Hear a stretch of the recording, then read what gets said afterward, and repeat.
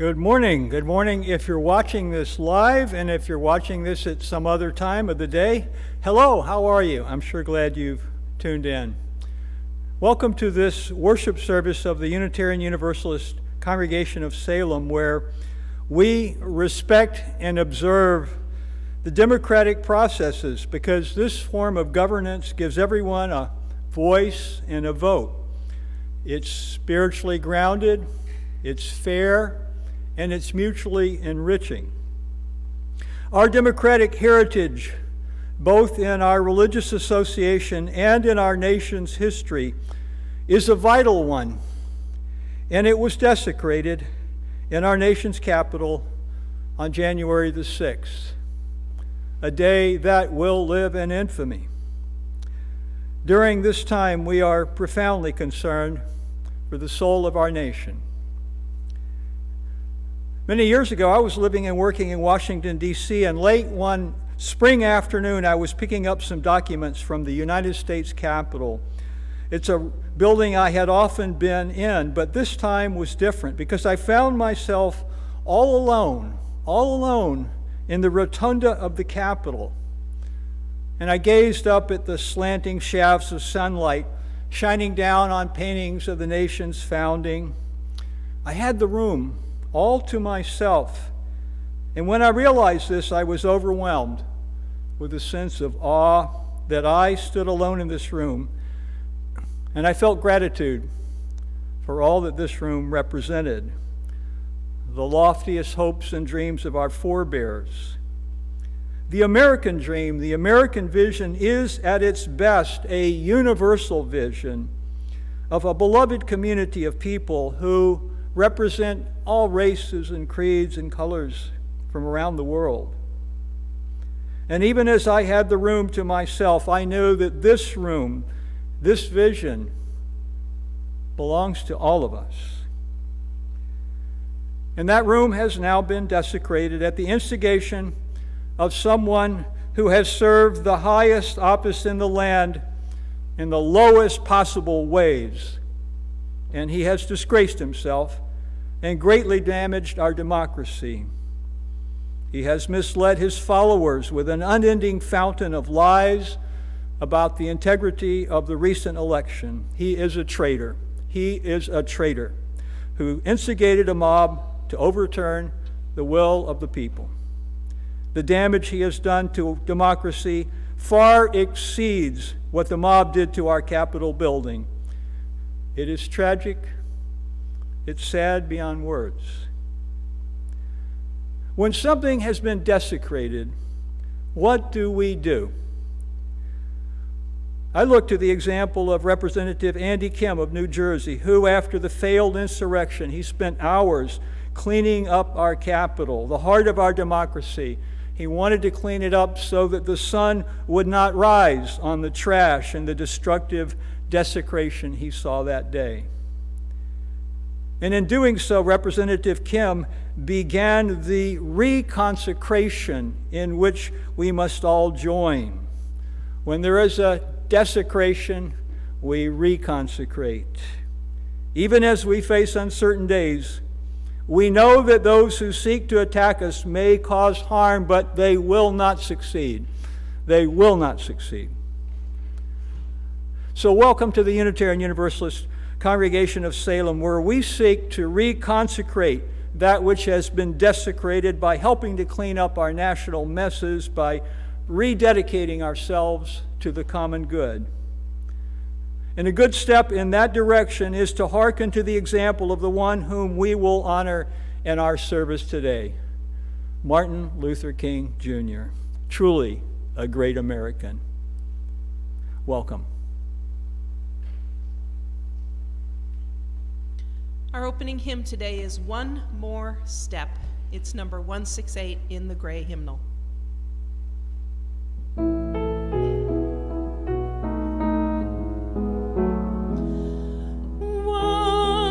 more step, we will take one more step, till there is peace for us and everyone. We'll take one more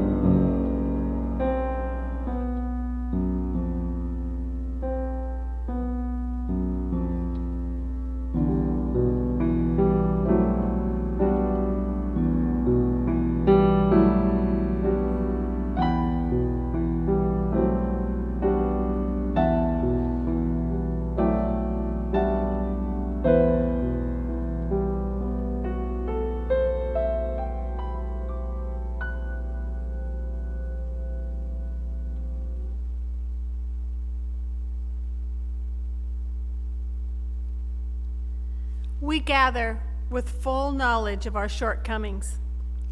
We sometimes fall short of our own expectations, and we don't always have the answers. But we are a community. We're together on this quest for truth and meaning.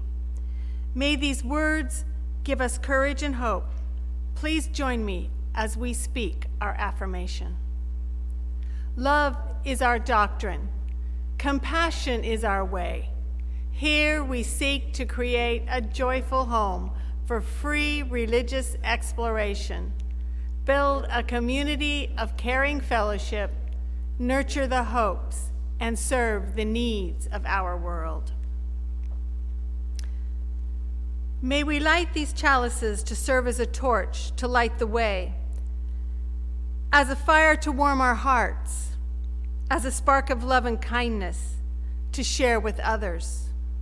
May this tradition give us roots in our past, yet always light the way forward to an ever more fair and kind world. It is our tradition here at UUCS to light 3 chalices. The first is for our congregation, our members, and our friends. The second is for our partner church in Šiman-Falva, Transylvania, Romania.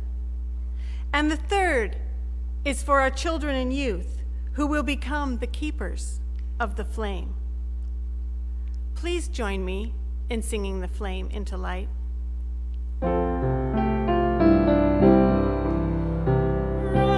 up, O flame, by thy light glowing, show to us beauty, vision, and joy.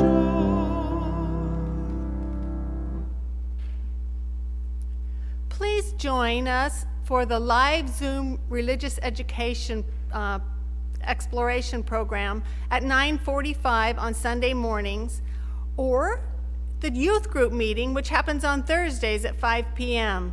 All are welcome.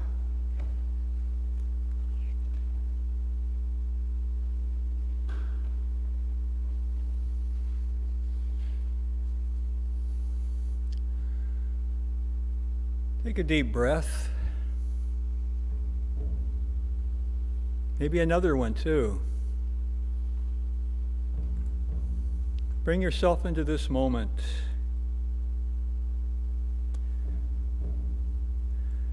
This is a hard time. The forces of hatred and anger have been unleashed. It is a time of violence and discord, uncertainty, anxiety. The sky is dark and cloudy. Many cannot see the light of love, the light of compassion. And so you pause. You slow down. You open your heart to the heights and depths within and look for the light, the North Star of compassion. It always guides us in the true direction.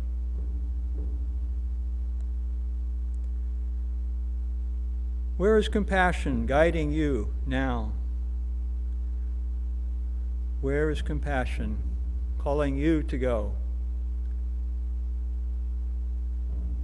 What is compassion asking you to do? Pay attention. You will know. Let us pause now and consider this. How might our compassion flow like clear water out to a thirsty world?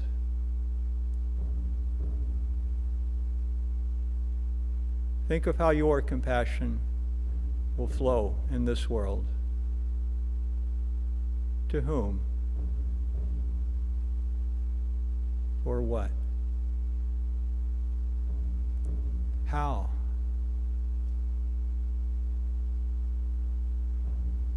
resolve to be a compassionate presence in this world. For compassion is our way.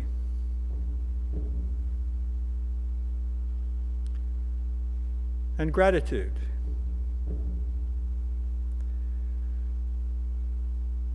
Standing in a long line for a long time. Finally make it. Sit down to get my first vaccine. Young National Guardswoman giving shots.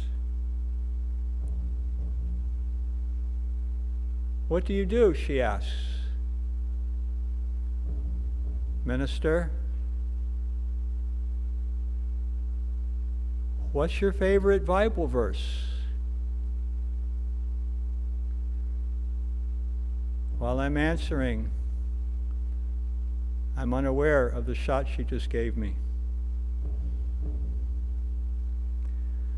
She directed my attention away out of compassion. I'm grateful for her compassion, grateful for the shot, grateful for the scientists and the doctors and the healthcare professionals and all others who made it possible for me to have this vaccine. I'm grateful beyond words for all the ways that other people offer countless blessings that enrich my life. Be aware. Be aware. And you'll be grateful. Be grateful, and you'll be happy.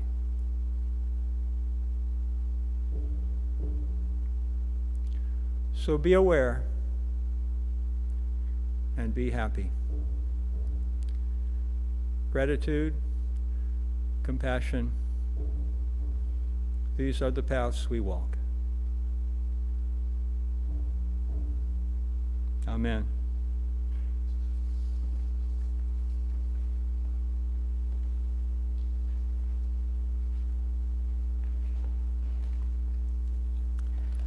We welcome you to please share your joys and concerns on our website. You can see the directions on this slide.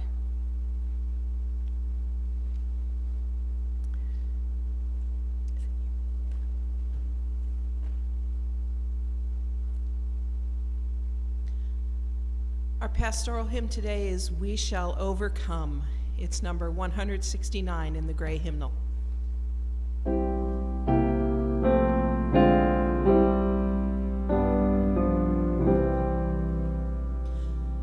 We shall overcome. We shall overcome. We shall overcome someday.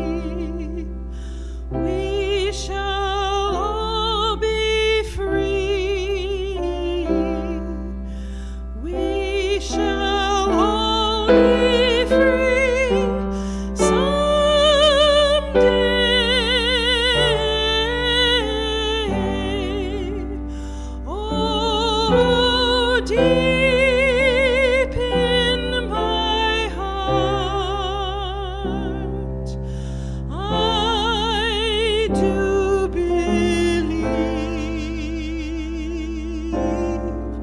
we shall all be free someday.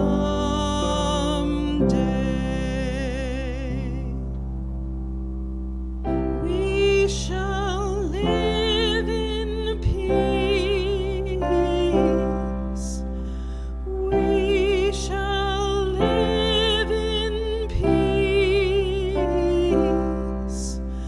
We shall live in peace someday.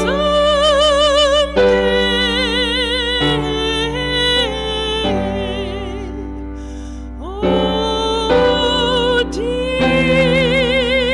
in my heart,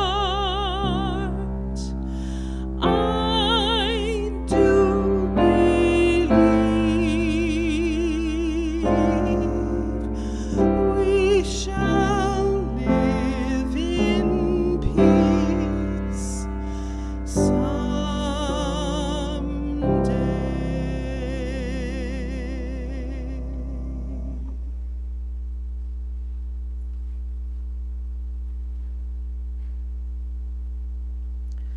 This is for the Pullman porters who organized when people said they couldn't, and carried the Pittsburgh Courier and the Chicago Defender to the Black Americans in the South so they would know they were not alone.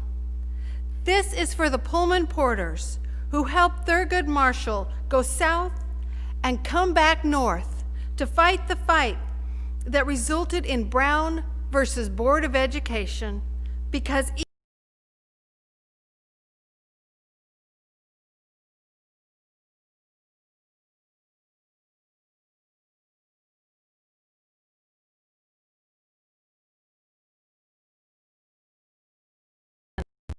both the bluesmen and the racemen, so that they both would know what was going on. This is for the Pullman porters who smiled as if they were happy and laughed like they were tickled when some folks were around, and who silently rejoiced in 1954 when the Supreme Court announced its 9-0 decision that separate is inherently unequal. This is for the Pullman porters who smiled and welcomed a 14-year-old boy onto their train in 1955. They noticed his slight limp that he tried to disguise with a doo-wop walk. They noticed his stutter and probably understood why his mother wanted him out of Chicago during the summer when school was out. 14-year-old black boys with limps and stutters are apt to try to prove themselves in dangerous ways when their mothers aren't around to look after them. So this is for the Pullman porters who looked over that 14-year-old while the train rolled the reverse of the Blues Highway from Chicago to St. Louis to Memphis to Mississippi. This is for the men who kept him safe. And if Emmett Till had been able to stay on a train all summer, he would maybe have grown a bit of a paunch, certainly lost his hair, and probably have worn bifocals and bounced his grandchildren on his knee, telling them about his summer riding the rails. But he had to get off that train and ended up in Money, Mississippi, and was horribly, brutally, inexcusably, and unacceptably murdered. This is for the Pullman porters who, when the sheriff was trying to get the body secretly buried, got Emmett's body on the northbound train, got his body home to Chicago, where his mother said, "I want the world to see what they did to my boy." And this is for all the mothers who cried. And this is for all the people who said, "Never again." And this is about Rosa Parks, whose feet were not so tired. It had been, after all, an ordinary day until the bus driver gave her an opportunity to make history. This is about Mrs. Rosa Parks, who was also the field secretary of the NAACP. This is about the moment Rosa Parks shouldered her cross, put her worldly goods aside, and willing to sacrifice her life so that that young man in Money, Mississippi, who had been so well protected by the Pullman Porters, would not have died in vain. When Mrs. Parks said no, a passionate movement was begun. No longer would there be reliance on the law. There was a higher law. When Mrs. Parks brought that light of hers to expose the evil of the system, the sun came and rested on her shoulders, bringing the heat and the light of truth. Others would follow Mrs. Parks. 4 young men in Greensboro, North Carolina, would also say no. Great voices would be raised, singing the praises of God and exhorting us to forgive those who trespass against us. But it was the Pullman Porters who safely got Emmett to his granduncle. And it was Mrs. Rosa Parks who could not stand that death. And in not being able to stand it, she sat back down.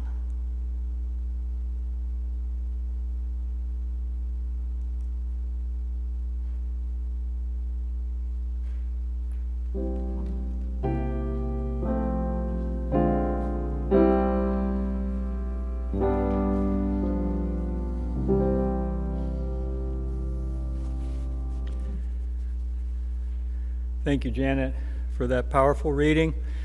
Thank you, Laura, for the powerful music, and Kit, your music too.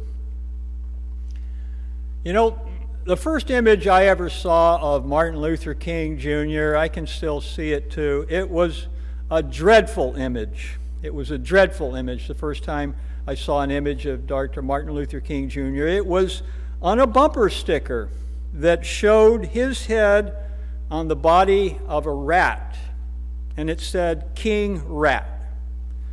That's the first image I ever saw of Dr. Martin Luther King Jr. And in segregated Columbus, Georgia in the late 1950s and the early 60s, this kind of bumper sticker wasn't even controversial and generally reflected the opinion of many in my white community, the only one I knew.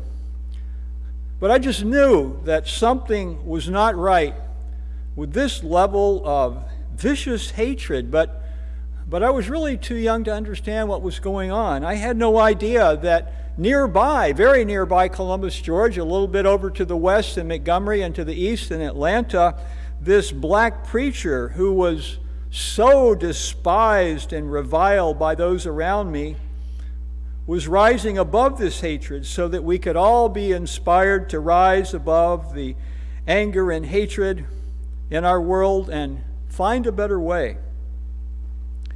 It's hard to imagine how the history of our nation would have unfolded had there been no Martin Luther King Jr.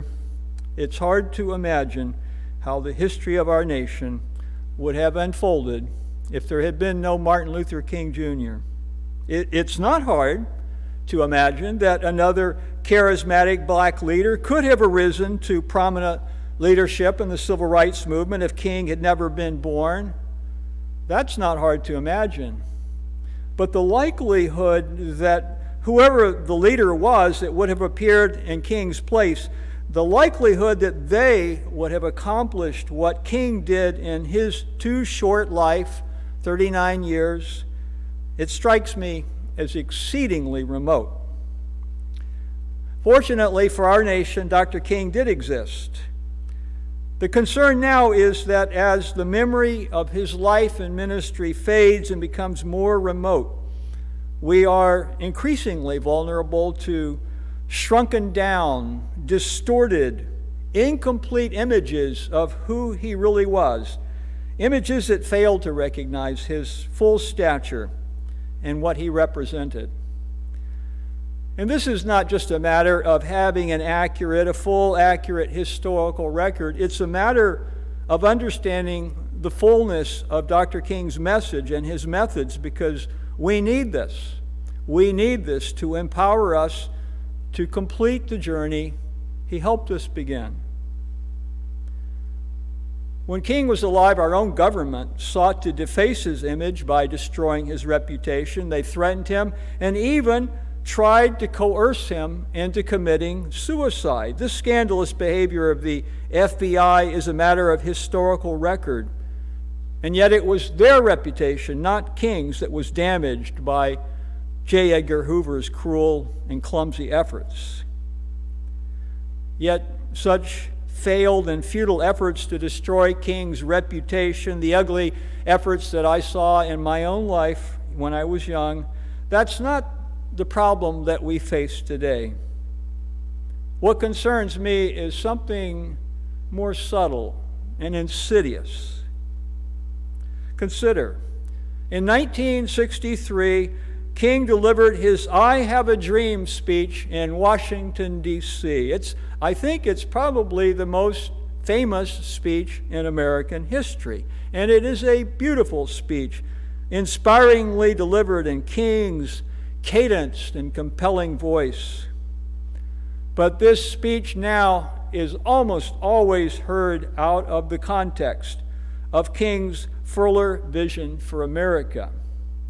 And there's a reason for this. The reason for this is because King's vision is too revolutionary for the powers that seek to maintain the social and political status quo. What is missing when all that people know is this one relatively short speech? What is missing is a deeper understanding of his calls to restructure American society. King's vision was one that especially condemned what he called the three evils of American society. The three evils of American society were racism and poverty and militarism. Racism, poverty, and militarism. King was a severe critic of American-style capitalism and the injustices and the inequities that resulted from this. And he called for radical changes that would curtail the power of these three evils that caused such harm. And even as he criticized American capitalism, he also deplored the crippling totalitarianism of the Soviet Union's harsh ideological imposition of communism by force. King noted that immoral means cannot bring about moral ends. Immoral means cannot bring about moral ends. Simply put, America likes to hear about King's vision of a beloved community, but does not like to hear about the hard work, the radical transformation it will take to get there. It's like imagining that you can magically build a dream house without laying a foundation to support it. In his seminary days, King despaired when he considered all the racial and social and political changes that needed to happen in America. And he recognized how much blood, sweat, and tears it was probably going to take to bring this all about. And he was especially worried about the blood that was going to be spilled, because he knew that Southern segregationists would resist change through the use of violent police and vigilante force. They always did. You could expect it. He thought about this. How are we going to make the changes we need to make? He thought back about the Nat Turner's slave rebellion in 1831 and the massacre that ensued, the massacres of blacks that ensued after that. And he concluded that it was simply going to be suicidal and counterproductive for a black minority to strike back against a heavily armed police state. So what could they do? He didn't know. He did not know. But then came that fateful afternoon during his student days in seminary when King heard a lecture by the president of Howard University, Mordecai Johnson. Johnson had just spent 50 days in India studying Mahatma Gandhi's highly effective nonviolent protests against British rule. And President Johnson, Mordecai Johnson of Howard University, he ended his lecture that day by noting that the moral power of Gandhian nonviolence could be an effective tool to improve race relations in America. And when he said that, for King, a light went on. He was transfixed by this lecture and the notion that a nonviolent truth force of protesters committed to confronting the racist state might prove effective. He had never wrapped his mind around such a concept before, and now he began to think about it. He wrote in his journal, "The message was so profound and electrifying that I left the meeting and bought half a dozen books on Gandhi's life and works." As King studied Gandhi's life, he was really surprised, very surprised, to learn that Gandhi had a really, really bad temper. He began his life as a young man with a really bad temper. Gandhi had embraced nonviolence originally as a means of taming his own violent temperament, which he had often abusively turned on his faithful wife, Kasturba. Shocking, but true. And thus, Gandhi, to transform himself, began a long program of personal growth wherein he learned to channel his anger and transform that energy, that angry energy. Don't try to let it go. Use it for something good. He channeled that energy into steadfast courage and commitment to his cause of Indian independence. So King grew up keenly aware of oppressive injustice in the segregated South. He had felt incredible anger towards white people, incredible anger, and who could blame him? And he realized that he was being called to walk a similar path of personal transformation, channel that anger in a creative way. And as King learned about Gandhi's teaching of satyagraha, good translation is soul force. You may hear that term, that the key concept in Gandhi's nonviolent philosophy, satyagraha, soul force. King was especially struck by Gandhi's insistence that it be predicated upon love for the oppressor and a belief in divine justice. And that the goal of Gandhi's nonviolent campaigns was not to defeat the British. The goal of his campaign was not to defeat the British. The goal of his campaign was to win them over by love. Satyagraha, soul force, brought together love and the nonviolent use of force into one powerful package. Very powerful. And even as this doctrine was grounded in the best of Gandhi's Hindu faith, so too was King's embrace of nonviolence grounded in the best of King's Christian faith. Most especially his undying insistence that the movement he led as a minister be grounded in love, agape love, the kind of love that knows no boundaries, that even loves the oppressor, even as you nonviolently oppose them. Now, before Gandhi proved otherwise, many didn't even believe it was possible for a mass movement to be grounded in such high-minded principles, since the common people, they wouldn't have the spiritual maturity to practice nonviolent resistance, people thought. In fact, it was the common people who had the most spiritual maturity, born of necessity and hard experience, as was proven in India and in American South during the Civil Rights era. They were the ones who were most prepared to practice this nonviolent protest.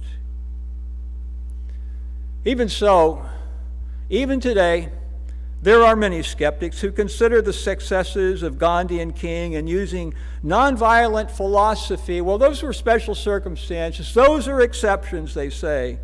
King's nonviolent philosophy is now widely ignored by activists. A few years ago, the American-Norwegian scholar Dr. Erika Chenoweth, she set out to prove that nonviolence just doesn't work. It's impractical and it's ineffective. And so she started studying this. She wanted to lay it out and sort of get it out of the way. This doesn't work. This doesn't work. And she told us about this at a lecture. It was a Salem Peace lecture a few years ago. Chenoweth was an unlikely person to be giving this lecture because she is no peacenik. She was no peacenik, but her research kept indisputably leading her to a conclusion she didn't want to go to, but eventually she could see that she was proving the opposite of what she wanted to prove through her research. Because as she studied various revolutionary movements, she discovered that the ones that were guided by nonviolent resistance were more than twice as likely to be successful as those that employed violence or violent, hateful rhetoric. Furthermore, nonviolent movements did not create a legacy of enduring division and bitterness because participants in these campaigns didn't seek to dehumanize and humiliate those who had oppressed them. Sometimes I try to imagine how different our world would be if some groups that did resort to violence to fight against injustice, I think of the Irish and the Palestinians, for example, what if they had chosen to follow Gandhi's example of organized nonviolent resistance? How would history be different if they had taken that path? I think it would be a lot better. But on this day, before Martin Luther King Jr. Day, that thought prompts me to imagine just the opposite as I did at the beginning of my remarks. How would our nation and our world have fared if Martin Luther King Jr. had not arisen as a natural leader and chosen the path of nonviolent resistance against the racist, segregationist state? I shudder to imagine. And I only do so as a means of making us aware of how indebted we are to Martin Luther King Jr. for embracing, loving, nonviolent resistance when he had every reason to choose a path of hate and violence. Who could have blamed him? And yet he chose this higher path. Yet, just as America too often ignores the revolutionary core of King's message, too many revolutionaries dismiss the revolutionary, nonviolent side of King's philosophy, and his full image is thus generally forgotten or ignored or distorted, and for bad reason. Nonviolent activism is hard work. It's hard work, and it's necessary work. As John Wood of the advocacy organization Braver Angels has noted, nonviolence is a harder discipline morally and strategically. It requires mastery of the inner self in a way that silences the roar of anger and raises the voice of conscience. It requires unending forgiveness for those who wrong us. And it demands that this spirit be mobilized in our activism. In truth, it does not honor Martin Luther King Jr. to envision a tame, domesticated image of him without the revolutionary bite, because he was calling for some radical social, economic, and political changes. He was. And those seeking revolutionary change would do well to remember his lessons in nonviolence and remember that immoral means cannot bring about moral ends.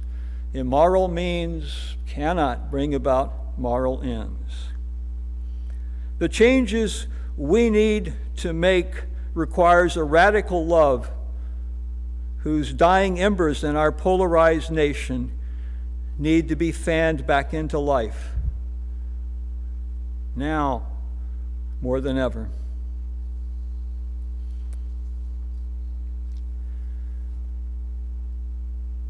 Let's pause. Here we are in the most tumultuous time in our nation's history and our lives. And there is hatred, and there is anger, and there is division. And we face choices. We can pretend that nothing is wrong, or we can pretend that there's nothing we can do. Or we can choose to be engaged in the struggles for justice, the struggles to end racism, struggles to end poverty and militarism. Let us keep that vision before us. Let us keep that vision before us. Let us remember that the way to that vision is the path that Martin Luther King Jr. showed us. It's the path of nonviolence. It's the path of love. It's the path of hope. It's the path of reconciliation and redemption.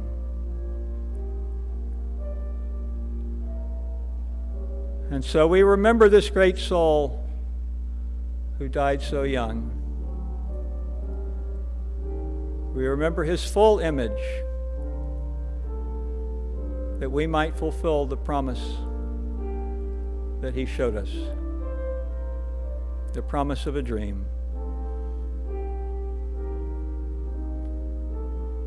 And so let us continue, and we will overcome. We will overcome someday. Amen.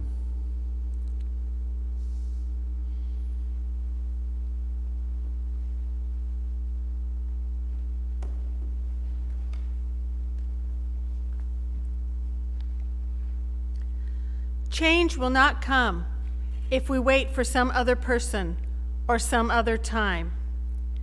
We are the ones we've been waiting for. We are the change we seek. Barack Obama. At UUCS, we share our blessings through the works of our many teams, groups, and ministries, and through our Share the Plate program. This month, we are proud to contribute to Family Promise. They deliver life-saving services, prevention, shelter, and stabilization to families in need.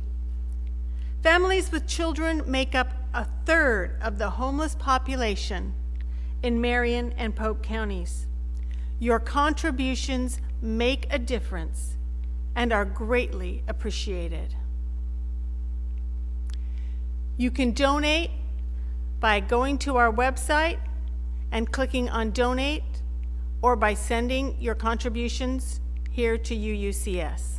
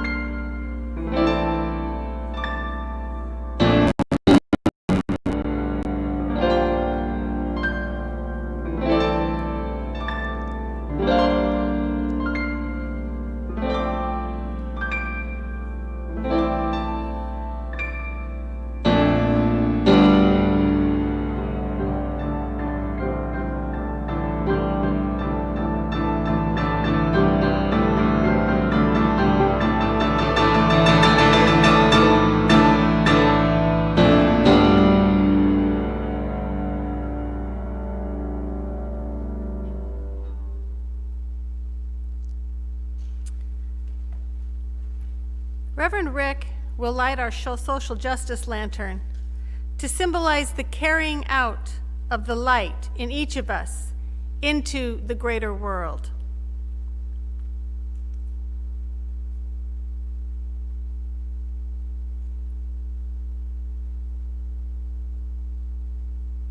As we extinguish our chalices, I'd like to share a poem by the great African-American poet Langston Hughes. It's called I Too. I too sing America. I am the darker brother.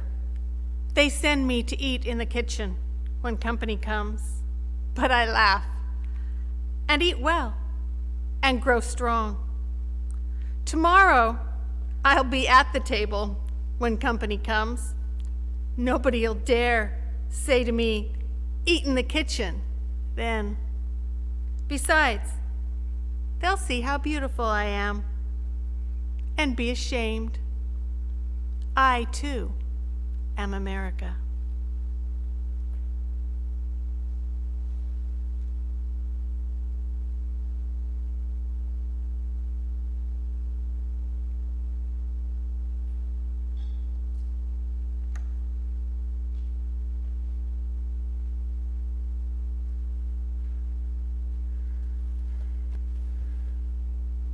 Do you see that slide about the Zoom fellowship gathering right after the service today? And in just a few minutes, about a half an hour. So I hope you'll join us for that. So you'll have an opportunity to have some interaction, even if it's not in person. It's certainly superior to doing nothing. So we're grateful for all the volunteers who help make that possible. So please do join us for the Zoom fellowship after the service today.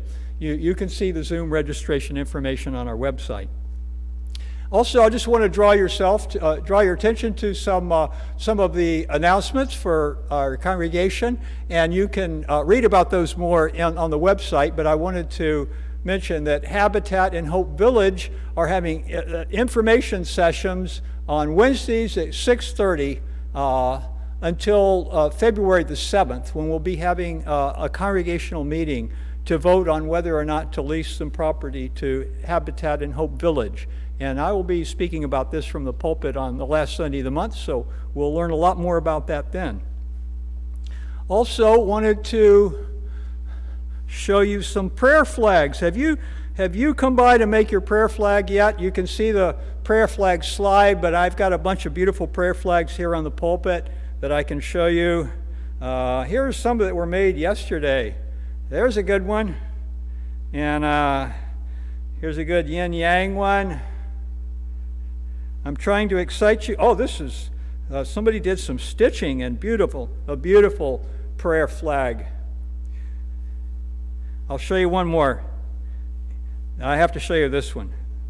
This is beautiful. This young boy came in and did it yesterday. Vaughn. See the birds? These prayer flags are to symbolize our hopes and dreams for the coming year.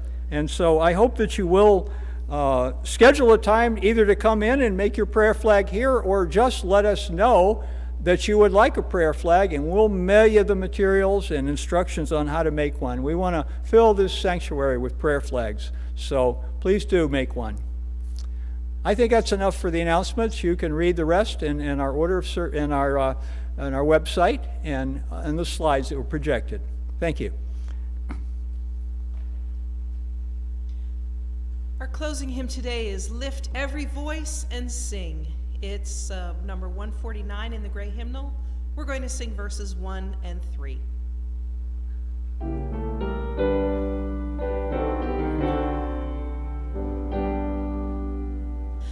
Lift every voice and sing till earth and heaven ring, ring with the harmonies of liberty. Let our rejoicing rise high as the